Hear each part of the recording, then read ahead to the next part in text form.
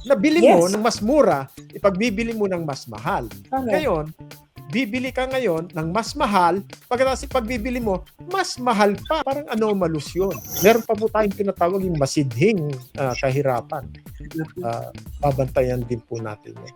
Yung gutom dapat natin bantayan. Minsan, bibiyahe, kape na lang sa umaga, or minsan, yung iba, makakapag-almusal, makakapagkape, pero hindi na po nakakapag-pananghalian. Sa sitwasyon po kasi ngayon, Ma'am Lucy, 100% na sa amin nanggagaling yung hirap, yung bigat na pinapasan dito sa taas presyo ng mga petrolyo. Ano ang nakikita mong worst case scenario pag nagpatuloy ito? Wala pong masakyan yung taong bayan. Kung titigil sa pamamasada dahil lugi, saan naman din po kaya anong trabaho ang maibibigay ng ating pamahalaan?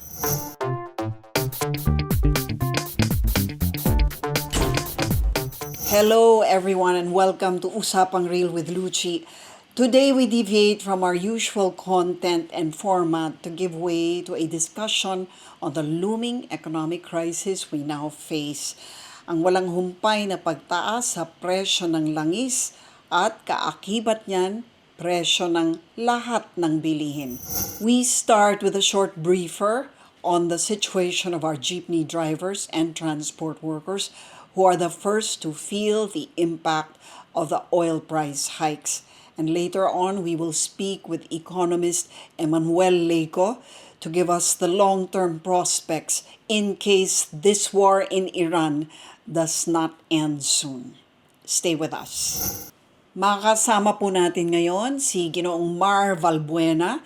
Siya po ang pinuno ng Transport Organization Advocacy Group na Manibela. Magandang araw po sa inyo, Mang Mar. Maraming salamat po sa inyong pagpapaunlak. Magandang araw po. Nahaharap po tayo sa isang krisis na hindi natin alam kung kailan matatapos. Pero bago tayo sumabak sa mga detalye, maaari po bang ilarawan niyo muna kung ano ang economic situation na hinaharap ngayon ng typical na jeepney driver dahil sa pagtataas ng mga presyo?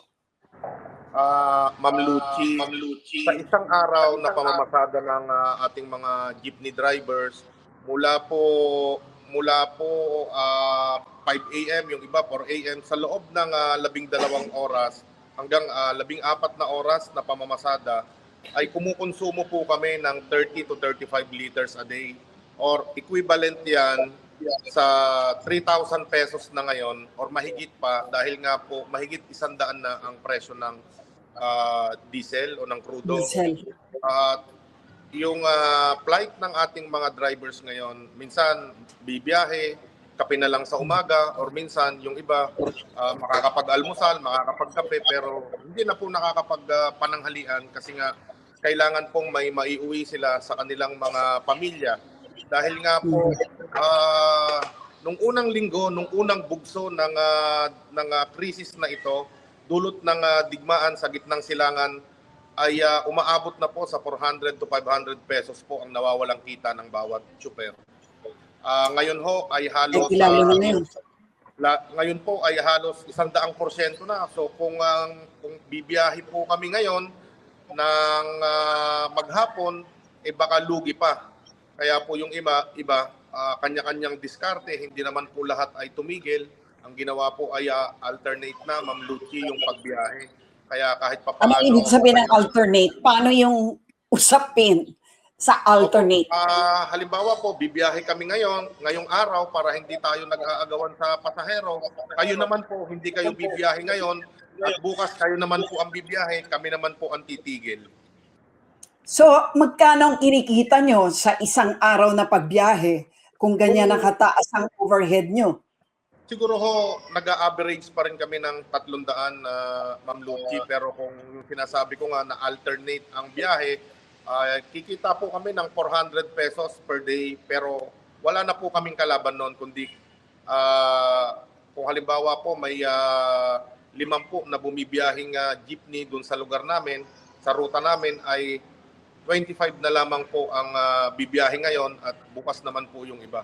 Kasi kung magsasabay po kami ngayon, baka po yung 100, 150 pesos ay hindi po magkakasya at mag-aaksaya lamang po kami ng diesel kung mag-aagawan lang kami sa pasahero. Okay, so yung iba raw hindi na nga raw bumabiyahe, pinupuntahan na lang daw ng mga pasahero dun sa terminal. Totoo ba yun? Opo, ngayon po ay nagtatambakan ang mga pasahero ng jeepney sa mga terminals dahil nga po, Ma'am Lucy, marami po ang tumigil. So hindi na po kailangan yung transport strike dahil kusa na pong tumigil yung ating mga kasamahan. Katulad ko na may nakikiboundary sa jeep ko, ang nangyayari po, Ma'am Lucy, ay kahapon ay bumiyahe siya, half set ang tawag po namin doon.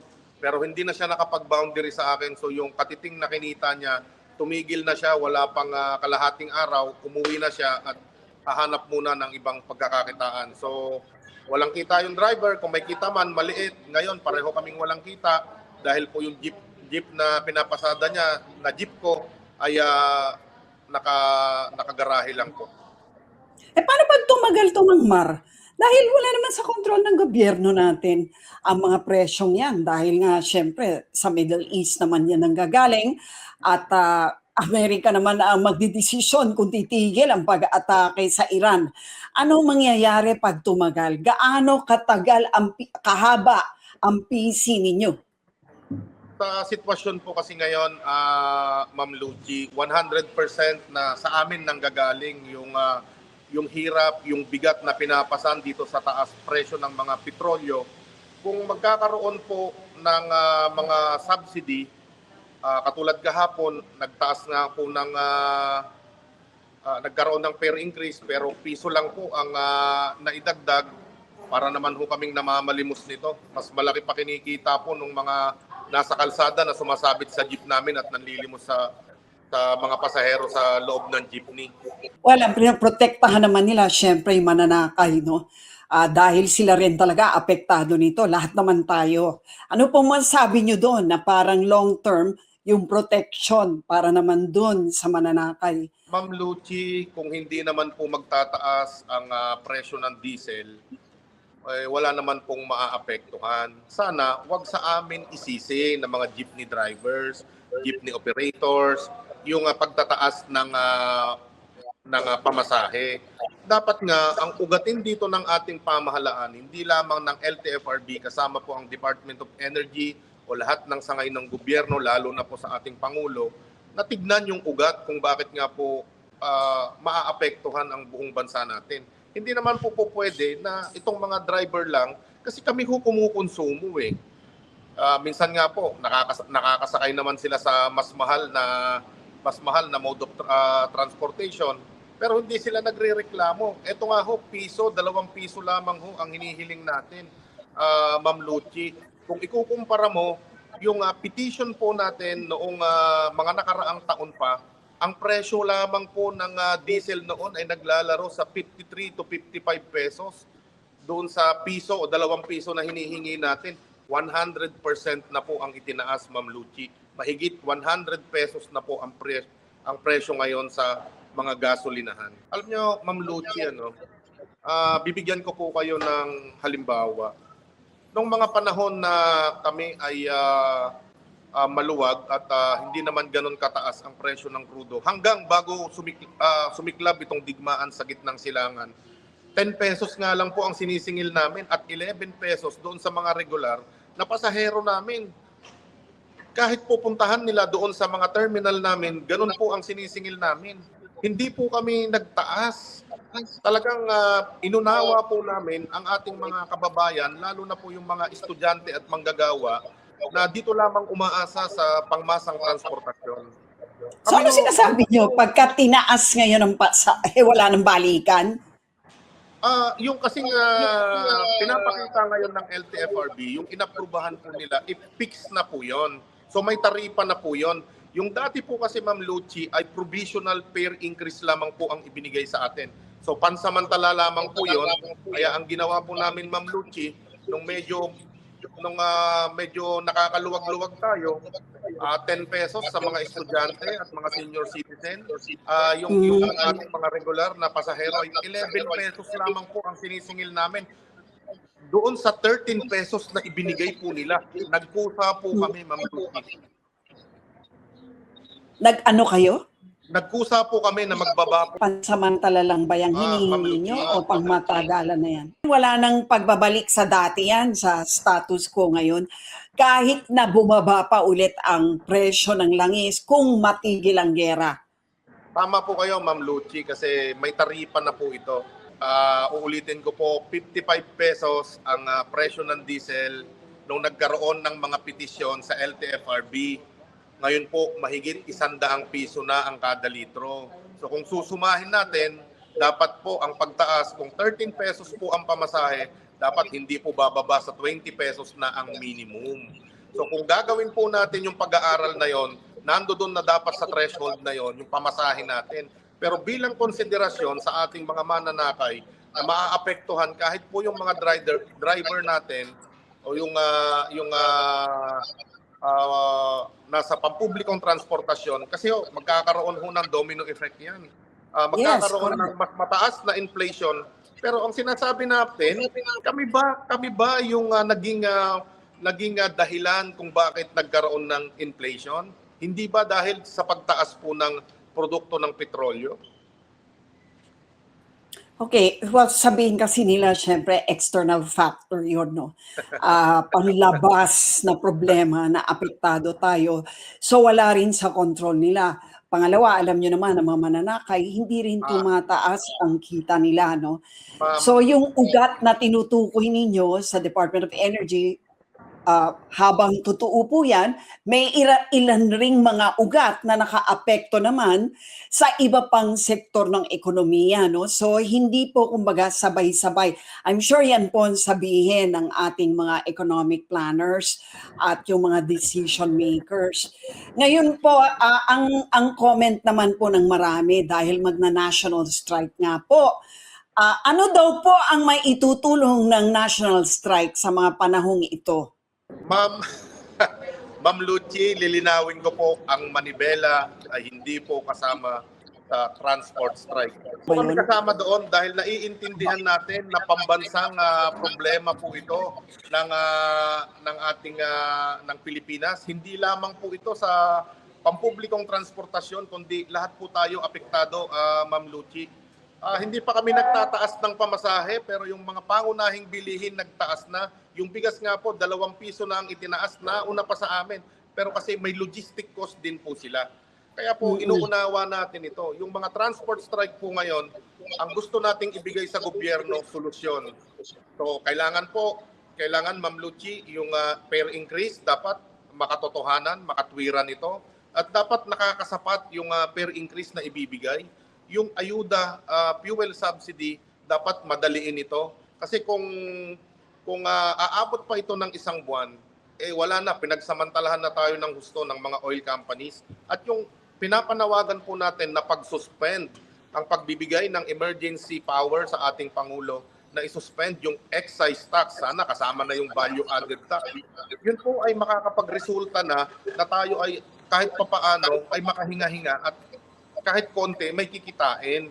Pero kung napakabagal po ang aksyon ng gobyerno, baka hindi lamang po bukas magkaroon ng transport strike doon sa kabilang grupo, baka sa susunod na linggo, dahil sa kapabayaan at sobrang bagal ng ating pamahalaan, baka kami rin ay mag-announce ng isang mas malaki pang transport strike.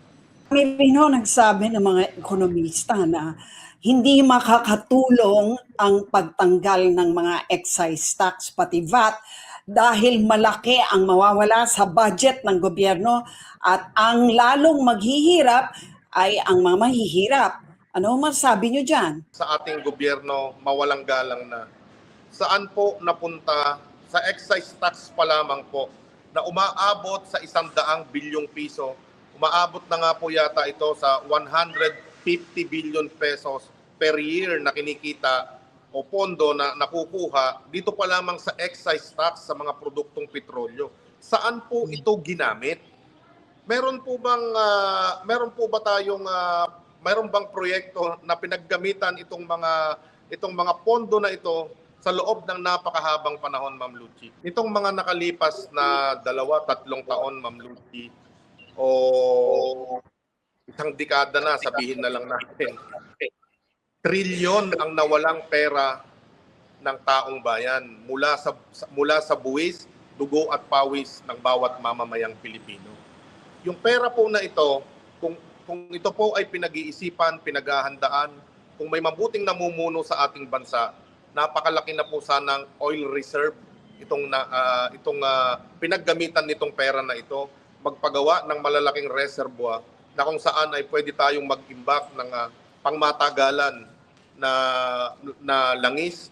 At kapag dumarating yung ganitong pagkakataon na may krisis, meron tayong mahuhugot na hindi kinakailangang magtaas agad ng presyo ng petrolyo.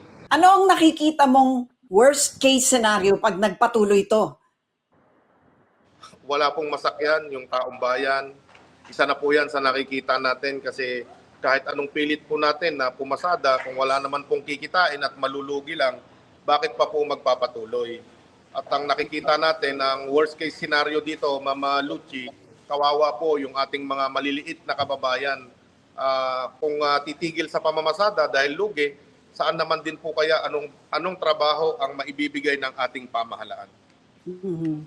Yung tinatawag na 2020 hindsight, no? Yung kung maaari lang ibalik ang nakaraan, ano po sana sa inyong pananaw ang dapat na nagawa para mapigilan ang ganitong krisis? At saka moving forward din, no?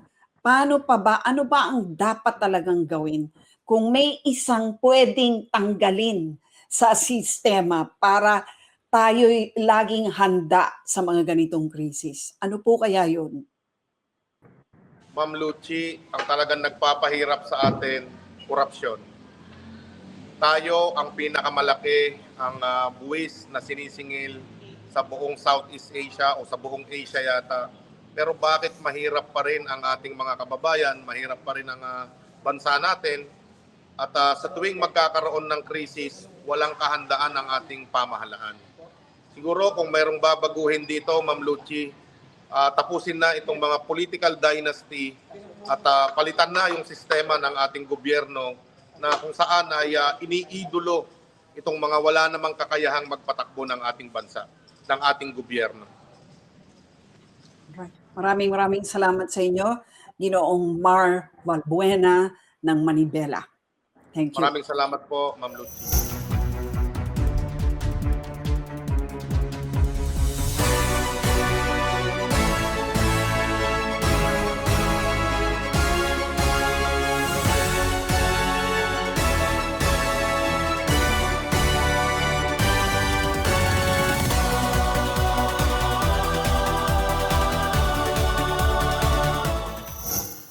At ngayon po makakausap po natin si Professor Emmanuel Leyco. Siya po ang Chief Economist sa Credit Ratings and Investor Services. Hello po, Mr. Leyco. Kumusta po kayo? We've been in this crisis for about 2 weeks and it doesn't look like it's going to end soon. Ano po ang basa nyo sa sitwasyon? Hindi maganda ang ating kalagayan ngayon, seryoso ito, at hindi pwede nating ikumpara sa mga nakikita na natin dati. Hindi rin pwede itong ikumpara doon sa pinakamalapit na nangyari sa atin nung Ukraine, Russia war. No? Magkaiba to dahil unang-una, hindi lang dalawang bansa ang involved dito. Tinamaan ng ang Iran, tinamaan ng Saudi Arabia, tinamaan ang Qatar, ang UAE. So, ibang-iba ito. Tapos nagsarado ang Strait of Hormuz. Remember, Yun ang 20%. pinakamasaklap. Yan ang Kasi pinakagrabe. 20%, di ba, ng oil, nagdadala ng oil sa globally, dumadaan doon. At ang big chunk ng energy natin ay galing sa oil.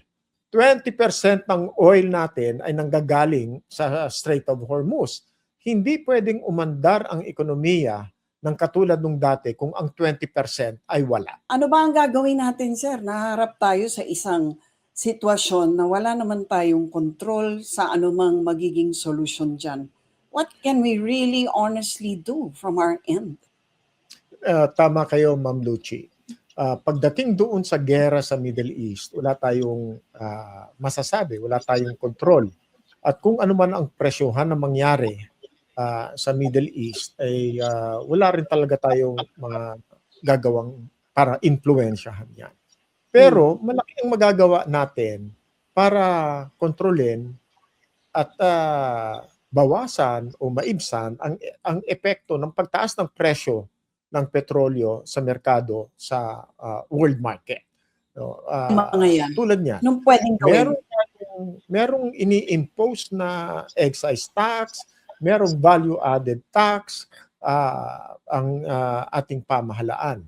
Pinag-uusapan na nila tatanggalin ang excise tax. Kung pagsamahin ang pagtanggal ng excise tax at saka ng value-added tax, malaking tulong yan para sa mga mamimili ng petrolyo.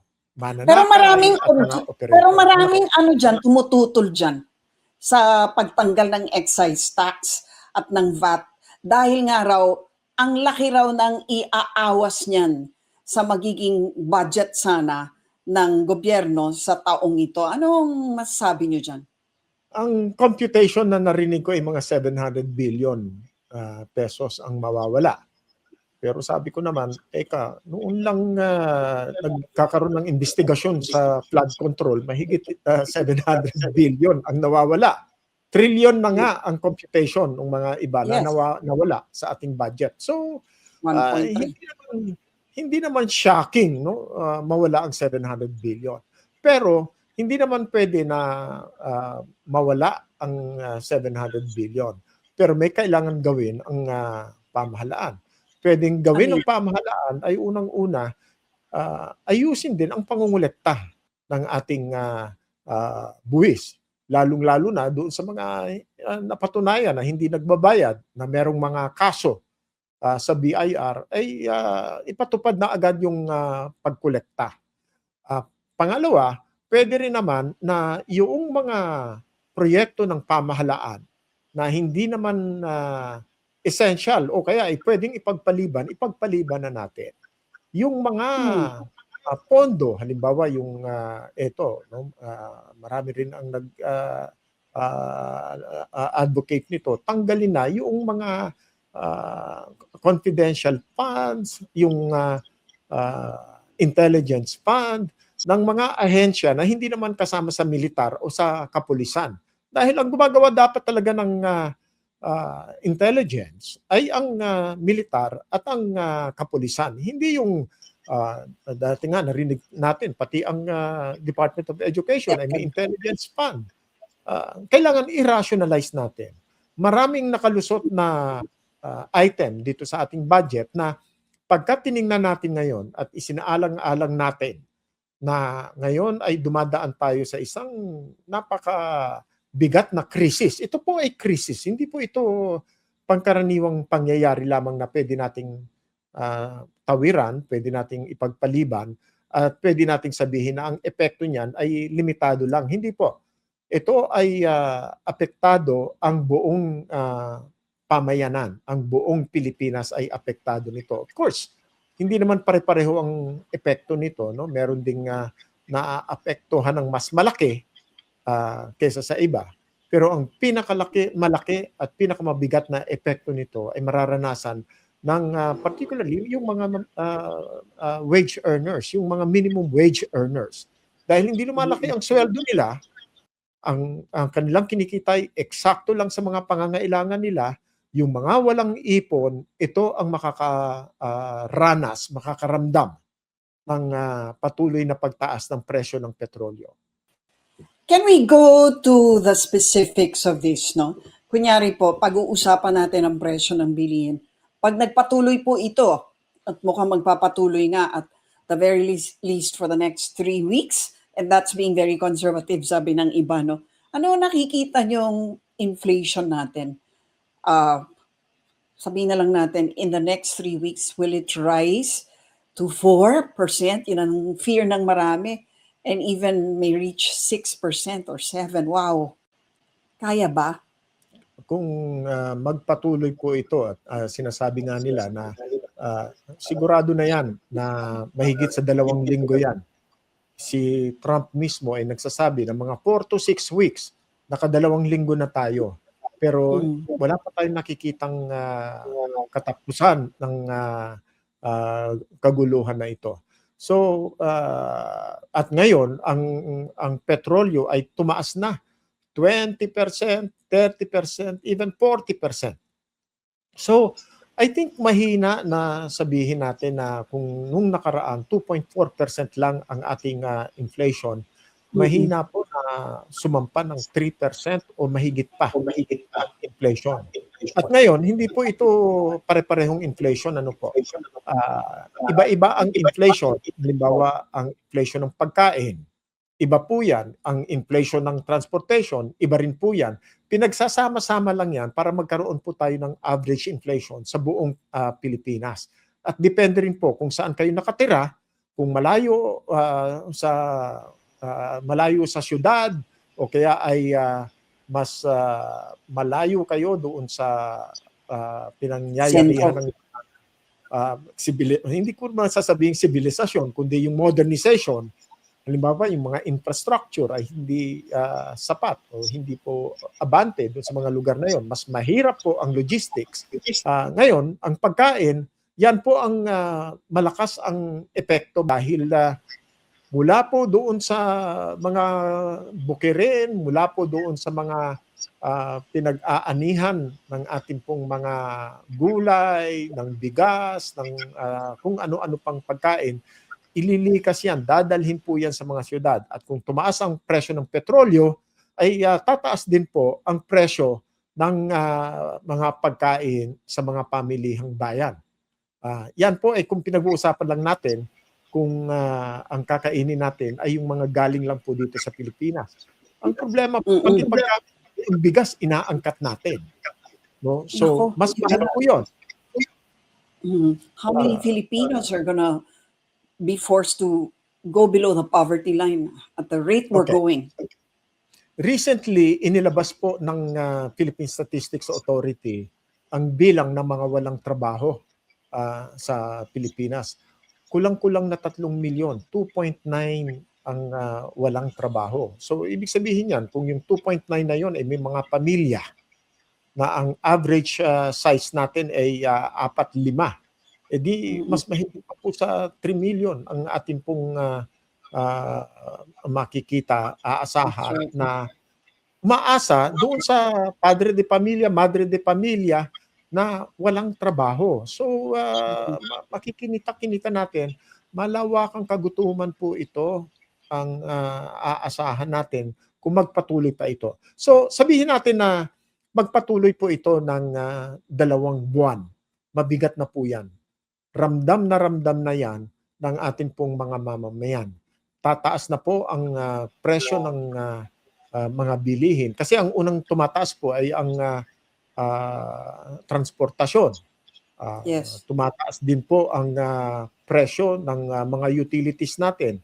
Ang power, ang kuryente, ang tubig, tataas na rin po yan. So, magkakasabay-sabay yan. Mga 2 buwan, 3 buwan, makikita natin, mararanasan na po natin ang bigat ng mga epekto ng pagtaas ng presyo ng petrolyo. Dahil kawing-kawing na yan, dugtong-dugtungan na yan. Domino effect na yan. Kung ano man ang... Kaya nga, sir, ano po ba ang pwede nating gawin in the immediate para nga masalba ang mga right now nandoon na kumbaga sa 'di ba sa edge ng poverty at talagang mahuhulog na pag hindi pa tayo kumilos. What's a realistic thing to do if you were government now? Sa ngayon po, pagka hindi po natin binigyan pansin yung mga walang trabaho, yung mga mahirap na mahirap, at hindi natin binigyan ng tulong, talaga pong malawak ang kagutuman ang ating aasahan. Kaya po yung mga tinatawag natin na mga ayuda, yung mga tinatawag natin na mga tulong, yung nasa 4Ps, yung pong assistance to individuals in crisis, meron din po yata yung tupad, nandiyan pa rin. Kailangan pong ipagpatuloy natin. Pero yung mga subsidiya na yan ay pansamantala lamang po yan. Madaling maubos ang subsidy. So kung 2 buwan, dapat po nakakalat na yung mga subsidy natin. Pero kung tumagal pa po sa mahigit na 2 buwan, mag-3 buwan, 4 na buwan, ang pinakamabigat po ay yung maging 6 na buwan na patuloy na walang gumagalaw o walang nangyayari doon sa sigalot sa Middle East. Patuloy pa rin ang bombahan at patuloy pa rin po ang pagtaas ng presyo ng petrolyo. Talaga po yun ang tinitingnan natin na worst case scenario. So ano pa po ang pwedeng gawin? At ngayon pa lang ay dapat gawin na rin ng pamahalaan. Alam po ninyo, ang energy policy natin, meron tayong oil deregulation law na ang papel lang ng pamahalaan ay magbantay at makiusap.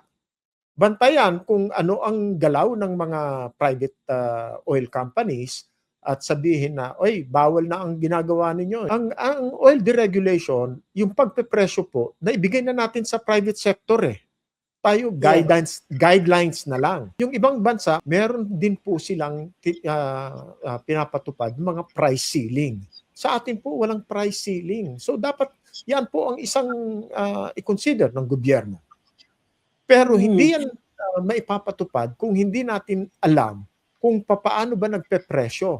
Dapat po makita natin ang computation. Magkano ba ang gastos ng isang kumpanya, halimbawa, doon sa shipping, sa logistics, sa refinery, at ang distribution. So, kailangan makita natin yan at para malaman natin ano ba ang reasonable na pamantayan para po sabihin natin na ay sobra na ang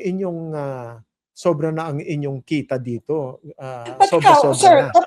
This is already bordering on opportunism. Basta nagbabayad sila ng buwis, tama na po yun. Kaya po yun ang isang malaking problema doon sa oil deregulation. Kung hindi ako nagkakamali, yun lang ang kanilang obligasyon. Mag-file kayo ng taxes at magbigay kayo ng abiso. Ang pagkakaalam ko ay mga 2 weeks po yata ang kanilang required na abiso para po magtaas ng presyo. So, in other words, talaga pong deregulated. Malayang-malaya ang ating pong mga private oil companies para po, of course, ako rin po ay sang-ayon doon na malaya kayong nagninegosyo. Pero sa panahong ito na meron po tayong krisis, siguro naman po kailangan na makialam ng mas malalim at mas malaking pakialam ang ating pamahalaan. Wala tayong price ceiling. Kung ano ang sabihin ng private oil companies, kailangan lang may abiso.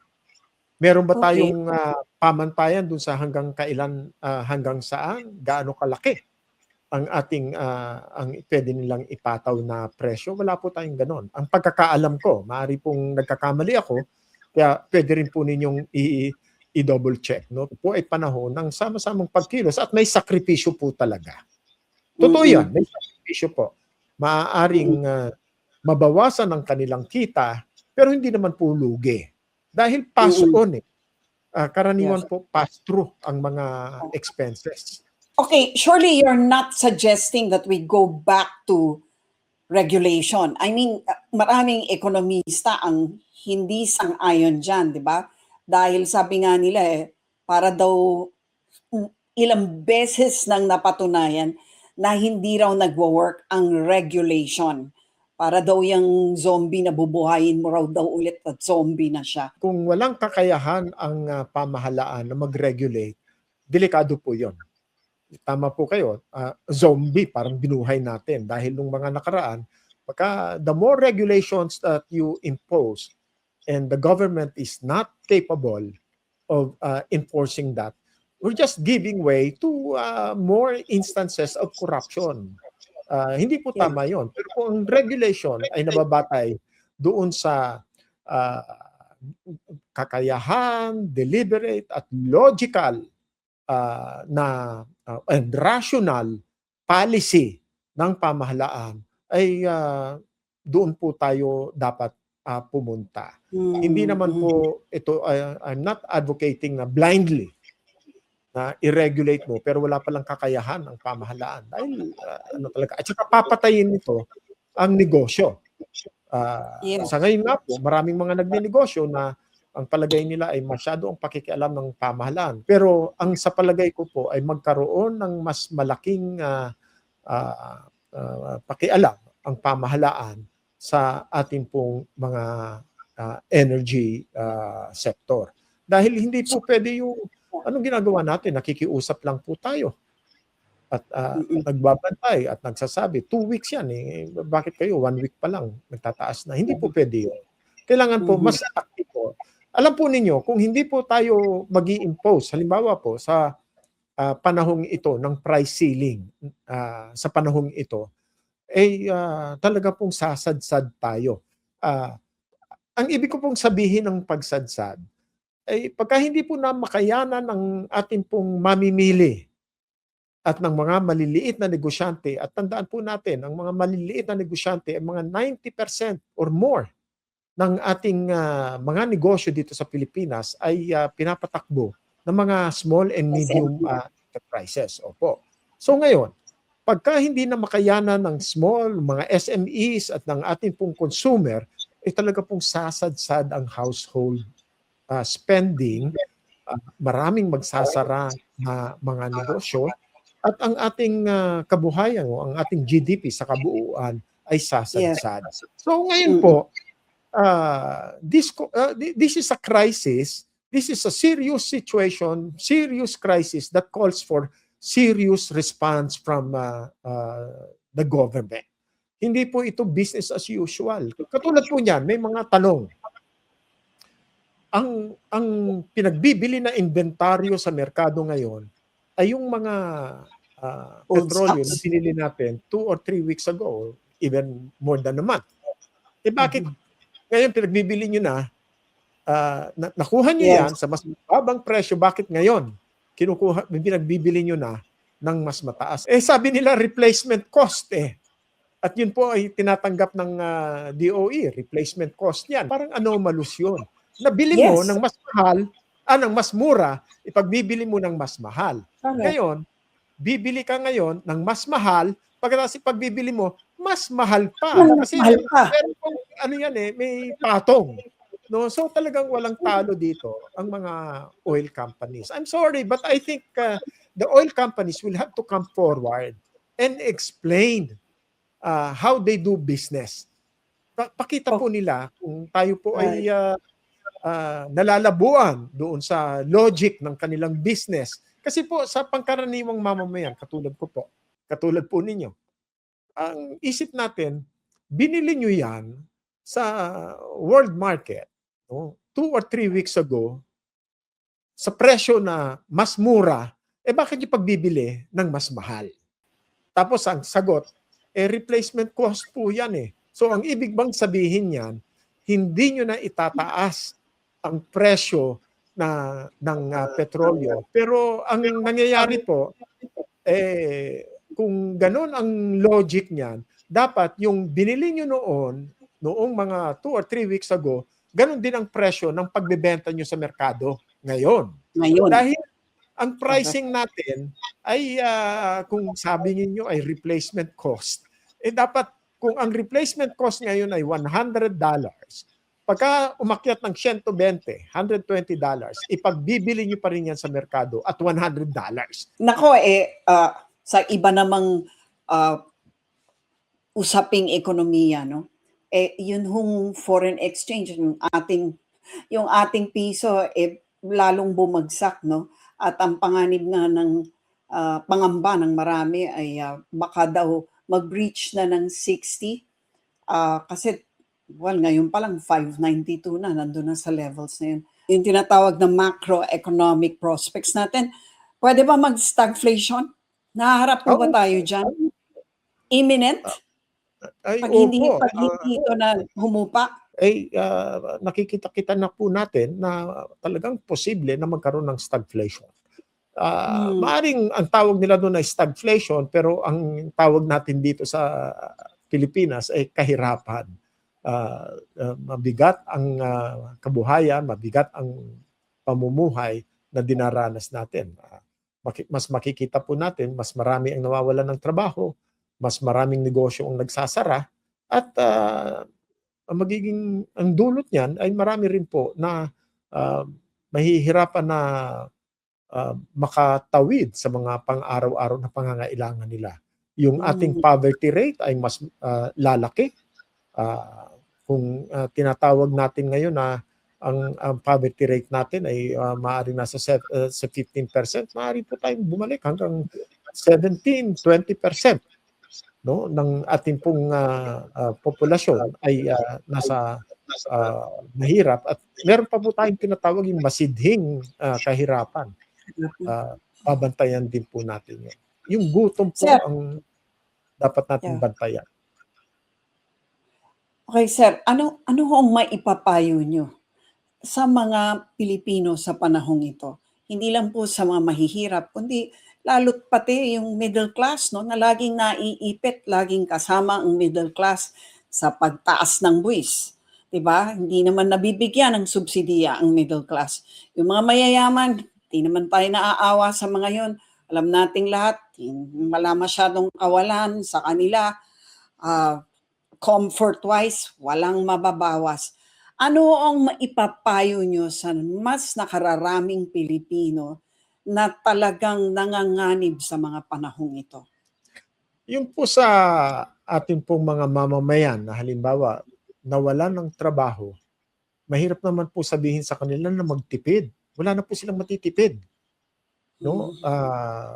Ano pa ang huhugutin nila? Ubus na ang kanilang sweldo, ubus na ang kanilang mga naipon. Pagkakasyahin na lamang kung ano ang meron sila.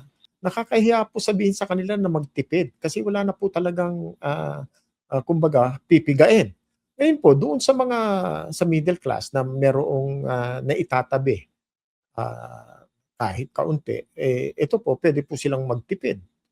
Yung mga mayayaman, mga bilyonaryo, siguro po ang panawagan natin sa kanila ay magbukas ng kaisipan at magbukas ng puso para po sa nakararami. Sir, matanong ko lang yung reaction nyo. Si Winnie Monsod nag-suggest ng wealth tax para sa mga bilyonaryo, no? Para daw sa mga may net worth ba na 3 billion, dapat daw taxan man lang daw ng wealth tax na 3%. At napakalaking pera daw ang makakalap doon. Ano ho ang inyong palagay dyan? Okay lang po yun. Sa totoo lang, yung wealth-based tax, dapat po yan ang pinagbabatayan natin. Dahil ang taxation po, no, ay isang paraan para po mag-redistribute ng yaman ng bayan, no, sa pamamagitan ng buwis. Pero kung bilyonaryo ka, hindi mo na mararamdaman ang 1%. Kaya ito po ang naiisip ko kung ikaw ay bilyonaryo, 1%. Kung ikaw ay 2 billion, ang neto ay 2%. Kung 3%, 3 billion and above, 3% na yon. Hindi po makakasakit yan sa mga bilyonaryo. Kaya po, ako po ay boto doon. Magkaroon ng wealth tax. At yung wealth tax na yun, kung ano man ang mawala sa gobyerno dahil itinigil ang excise at saka ang value-added tax, bawing-bawi po yan doon sa billionaires tax. At sa palagay ko naman, hindi po makakasama, hindi po makakasakit sa mga bilyonaryo. At marami naman po tayong alam na ang mga bilyonaryo ay tumutulong naman po talaga sa mga mahihirap. At ito po ang isang paraan for them to come forward. Anong taning ang binibigay nyo para sa digmaang ito para hindi tayo tumawid ng husto dun sa threshold ng subhuman poverty? I mean, for lack of a better word, yung mga kababayan natin, yung talagang naghihikahos na kahirapan. Anong taning ang nakikita nyo? Kailan dapat matigil ang digmaan para hindi tayo tuluyang tumawid sa puntong yun? Ang tingin ko, sa lalong madaling panahon ay dapat matigil ang digmaan. Pero mukhang hindi pa natin nakikita-kita 'yan, ano? So, inaabangan natin. Pagka umabot ng 2 buwan at tumawid pa, Okay. ramdam na natin 'yan, mabigat na So 'yan, by June talagang by June dapat malalang tapos. malala na 'to. Oo, oo. At ramdam na natin 'yon at hindi naman tayo puwede yung sabihing natapos ang giyera ngayon, bukas makalawa ay makakabalik na tayo. Okay na. Hindi, eh. Kasi ang destruction sa oil energy infrastructure ay seryoso. Ang dami ng refineries ang nasisira. Nasira ang malalaking refinery sa Iran, sa Qatar, sa Doha, sa UAE. Tapos nagsara ang Strait of Hormuz. Oil infrastructure na ang pinag-uusapan natin. So, kung hindi pa matigil ng 2 months yan, yung infrastructure, yung destruction ng infrastructure ay mas lalo pang lalala. At ang threshold na nakikita ko ay kung umabot tayo ng 6 na buwan at higit pa, makikita na natin ang inflation, sumisipa na ito sa 6% o higit pa. Mas mataas ang palitan ng piso kontra dolyar, mahigit sa 60, maaaring 65 up to 70 ang nakikita natin na palitan. At ngayon, ang epekto nito sa atin, kung tumaas na ang inflation, mas malawak ang kawalan ng trabaho. Ibig sabihin, hindi na nakayanan ng mga employer yung panibagong gastos. No, yung mas mataas na gastos. Mataas na gastos sa kanilang mga raw materials, mas mataas na gastos sa logistics, mas mataas na gastos sa utilities, ang power, ang tubig. Lahat yan kasi hinihingi na eh. No? Overall, pagdating ng 6 months, makikita na natin, ako ang tingin ko doon, that is the worst case scenario. Tumawid pa tayo ng 6 months. Pero ang kailangan po talaga, no, sa mga mamamayan natin, makialam para sa mga policies ng ating pamahalaan ay maging angkop sa tunay na kalagayan ng ating bayan. Hindi po pwedeng sabihin, katulad po naririnig ko lagi, huwag kayong magpanik dahil merong supply. Pero nagpapanik pa rin ang mga Pilipino. Bakit po? Kasi ubos na ang kanilang ipon, o mauubos na, o kaya wala po talaga silang may pantatawid. Kaya nagpapanik. Yun po ang panic. Hindi po dahil sa supply, dahil po sa presyo. So, sabi nung iba, ay, lagi ako magpapagasolina, full tank. Kasi meron pa siyang huhugutin. Pero yung mga mahihirap, wala pong huhugutin. Kaya po nagpapanik. Thank you for watching. If you like what you just saw, please like and subscribe.